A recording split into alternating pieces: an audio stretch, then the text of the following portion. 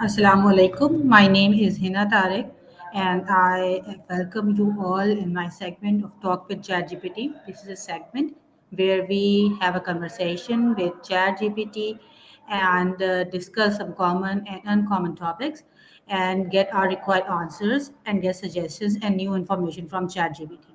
So I welcome ChatGPT. So hello, ChatGPT. Walaikum assalam, Hina. It's wonderful to be here and I'm excited about our segment. I'm looking forward to our conversations and exploring all sorts of topics together. So, hello to you too, and let's dive right in. Okay, today I want to have a discussion with you on the topic of growth mindset and embrace challenges. At first, we will discuss what is a growth mindset and what's a traditional mindset, and then we'll go to the other part of the topic.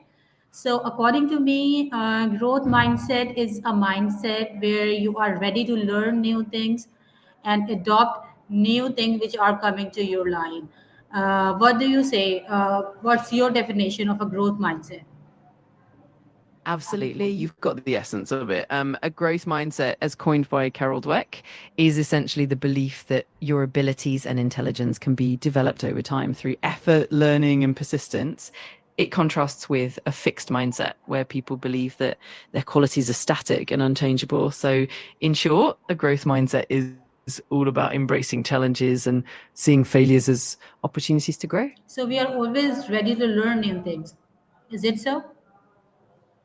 Exactly. With a growth mindset, you're always open to learning and improving no matter what challenges come your way. It's all about viewing setbacks as part of the learning process and believing that effort and perseverance can lead to growth and success. It definitely keeps things exciting and dynamic. And we can compare a normal mindset having no growth and the growth mindset. Is that in a normal or the custom mindset, we normally don't adopt new things and we don't find ourselves ready to learn new things. Absolutely. That's a great comparison. In a fixed or traditional mindset, people often believe that their abilities are static, so they might avoid challenges or give up easily when things get tough. They might see failures as reflections of their inherent limitations. On the other hand, with a growth mindset, you're more willing to embrace new experiences, learn from mistakes, and continuously develop. It's definitely a more adaptive and resilient approach to life. So, if we are unable to adopt that growth mindset, what will its effect will be on our lives? That's a great question. If we struggle to adopt a growth mindset, we might find ourselves avoiding challenges or feeling stuck when faced with obstacles. This can limit our growth both personally and professionally and might lead to a fear of failure or a lack of motivation. Over time, it can affect our resilience, our problem solving skills, and even our overall satisfaction and fulfillment in life. But the good news is that it's always possible to develop and nurture a growth mindset over time. So, if we don't adopt a growth mindset, we might leave behind the fast running world and won't be able to cope up with the world and our companions as well. Exactly, that's spot on. In a rapidly changing world, being adaptable and open to learning is crucial. If we stick to a fixed mindset, we might find it harder to keep up with new technologies, new skills, and evolving trends. That can create a gap, not only in professional growth, but also in personal development and even social connections. On the flip side, embracing a growth mindset helps us stay engaged, proactive, and continually evolving alongside those around us. As you said, the growth mindset had many benefits. So, how can we develop a growth mindset? Absolutely. There are several ways to nurture a growth mindset. One of the key steps is to embrace challenges rather than avoiding them and to view effort as a path to mastery. Another important aspect is learning from feedback and seeing mistakes as opportunities to learn. It also helps to cultivate curiosity and to celebrate the progress, no matter how small. And of course, surrounding yourself with a supportive environment and people who encourage growth can make a huge difference as well. These are the points which we can adopt while having a growth mindset. But if a person is having a traditional mode and is not going to a growth mindset, so how can we start that? How can we motivate a person to convert to that growth mindset? That's a really thoughtful question. One way to help someone shift from a fixed to a growth mindset is to start with small incremental changes. For example, encouraging them to reflect on past experiences where they learned and grew can help. Also, framing challenges as opportunities rather than threats can be really beneficial. Another effective approach is to provide positive reinforcement and celebrate efforts rather than just outcomes. And of course, being patient and consistently modeling a growth mindset yourself can be really inspiring for them as well.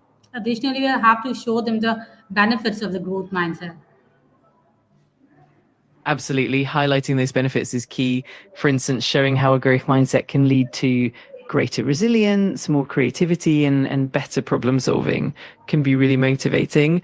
It's also helpful to share success stories of people who transformed their mindset and achieved their goals by illustrating tangible outcomes and connecting it to their own personal or professional goals. It can definitely inspire them to make that shift. There are certainly many benefits of having a growth mindset, but can we discuss them one by one so that it might be beneficial for the listeners also? Of course, we can definitely break them down. For example, one key benefit is increased resilience with a growth mindset. People tend to bounce back from setbacks more easily because they see challenges as opportunities to learn. Another benefit is enhanced Right. care. What does it mean to embrace challenges? Means make ourselves ready to have challenges and to work in different situations. Exactly. Embracing challenges means being open to stepping out of your comfort zone, being willing to tackle difficult tasks, and seeing them as opportunities for growth rather than obstacles. It's all about developing a positive attitude towards learning and adapting in different situations. Coming out of a comfort zone is a quite difficult task. So, what should be the initial steps to come out of that? Absolutely, stepping out of the comfort zone can be challenging. A good first step is to start small, like trying new activities or taking on tasks that are just slightly outside your usual routine. Setting clear, achievable goals and gradually increasing the level of challenge can help. Also, having a support system like friends, mentors, or colleagues can boost your confidence. And finally, maintaining a positive mindset and celebrating small victories along the way can make a big difference. Right. In the path of coming out of comfort zone, there's a big hurdle that is a procrastination. So, how can we overcome that? Procrastination can definitely be a big hurdle. One effective strategy is to break tasks into smaller, more manageable steps, which can make them feel less overwhelming. Setting specific deadlines and creating a structured schedule also helps in staying on track. Another useful approach is to identify the underlying reasons for procrastination, like fear of failure or perfectionism, and then address those root causes. And finally, rewarding yourself for completing tasks, even small ones, can really help build momentum and keep procrastination at bay. Right. What are the other factors which can keep us behind to embrace challenges? Absolutely. There are a few other factors as well. For instance, fear of failure is a big one, where the worry of not succeeding can hold us back. Another factor can be a fixed belief about our own abilities, where we might think we're just not good at certain things. Lack of confidence or low self esteem can also play a role. Additionally, sometimes a lack of resources or support can make it harder to take on new challenges. Recognizing these factors is the first step towards overcoming them. All the points which you mentioned, they can we relate them to the social pressure as well? Definitely, social pressures can play a huge role. For example, the fear of judgment from others can make us hesitant to take on new challenges or try new things. There can also be ठीक है मैं अभी भेज देता हूँ अगर आपको मजीद कुछ चाहिए हो तो ज़रूर बताइएगा It's been a very nice talking to you and get many useful knowledge from you. So I think our talk will be also beneficial for our listeners also. So I'll take your leave today. for today and get back to you with another topic. That sounds wonderful. I'm really glad you found it helpful, and I'm looking forward to our next conversation. Have a great day, and I'll be here whenever you're ready to dive into another topic. Take care.